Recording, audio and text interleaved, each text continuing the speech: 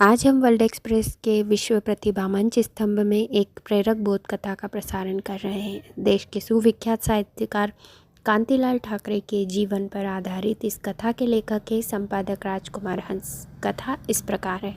जीवन में जो दुखों से नहीं घबराते हैं, नित्य संघर्ष करके आगे बढ़ते रहते हैं, उन्हें एक दिन उनकी मंजिल मिलकर ही रहती है। यह बात चरितार्थ हुई है इस समय लब्ध प्रतिष्ठित साहित्यकार कांतिलाल जी ठाकरे के साथ। कांतिलाल जी का जन्म 16 सितंबर 1936 को कालूराम ठाकरे एवं सीताबाई के यहाँ हुआ। जब आप मात्र 1 साल के ही थे तभी अचानक पिताजी का दुखद निधन हो गया। तब उनका दूसरा भाई रामगोपाल माँ के गर्भ में ही था।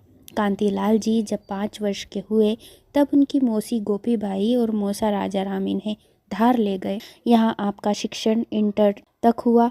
उसके बाद आपने इंदौर के होलकर महाविद्यालय से बीकॉम और अर्थशास्त्र में एमए किया। हिंदी के प्रति लगाव होने से आपने मालव हिंदी विद्यापीठ में निःशुल्क अध्यापन प्रारंभ किया।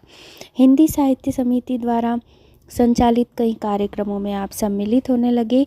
23 जून 1960 को आपको नौकरी मिल गई। इस प्रकार इसी दौर में आपकी लेखन यात्रा प्रारंभ हो गई। आपकी मजदूर नामक कहानी महाविद्यालय की पत्रिका में प्रकाशित हुई। इसे काफ़ी सराहना मिली।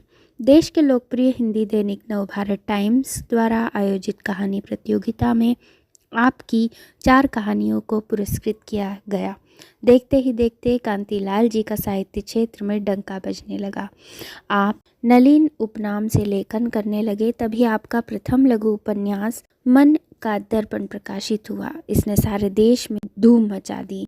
इस आत्मकथा शैली में लिखे उपन्यास को आज भी चाव के साथ पढ़ा जाता है। कांतिलाल जी ने वर्ल्ड मीडिया से चर्चा करते हुए बताया, वे एक बार प्रख्यात व्यंग्यकार शरद जोशी से मिले थे। तब शरद जी ने मुझसे कहा था, व्यंग्य लिखने के पहले 3 बातें याद रखो। उल्टा शीर्षासन, अपने आप पर भी व्यंग्य लिखो, अपने ऊपर व्यंग्य लिखना कठिन है। एक सुविचारक कांतिलाल जी आगे कहते हैं, काव्य कला सर्वश्रेष्ठ मानी गई है। कल्पना के माध्यम से कविता चलती है। मुझे साहित्य सृजन में स्वांत सुखाय की अनुभूति होती है। साहित्य सृजन ऐसा हो जो सबके लिए उपयोगी और प्रेरणादायक हो। हम अपनी इस प्रेरक सच्ची बोध कथा में बताना चाहेंगे। इस समय तक कांतिलाल जी की 29 पुस्तकों का प्रकाशन हुआ है, जिनके नाम हैं भोजकालीन भारत, शोध प्रबंध, आओ साथ चलें, कहानी संग्रह, मन का दर्पण, उपन्यास, नशे की दीवार, नाटक, सब चलता है, व्यंग्य, हद कर दी, व्यंग्य, रत्ना के आंसू, खंड काव्य, मुफ्त का चंदन, व्यंग्य, पांडव प्रिया, खंड काव्य, राधा की धारा, खंड काव्य, आंखें बोलती हैं, निबंध, अंतरंग बहिरंग, व्यंग्य, वैदेही, खंड काव्य, चिंतन धारा, निबंध, शंख में समुद्र, लघु कथा, नाचे मन मोरा, निबंध, समय नहीं है,